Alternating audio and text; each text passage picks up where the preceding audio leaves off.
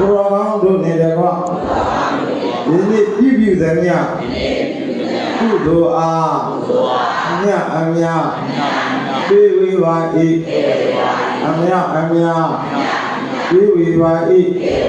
အမြတ်အမြတ်အကျွန်ုပ်တို့ယောဂီသူတော်စင်ပြုလုပ်သည်မြ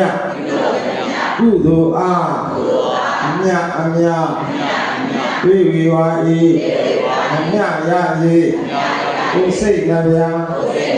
ချမ်းသာကြသည်ချမ်းသာကြသည်ဝါသာကြသည်လမ်းပြကြသည်ဖြစ်ကြပါစေသော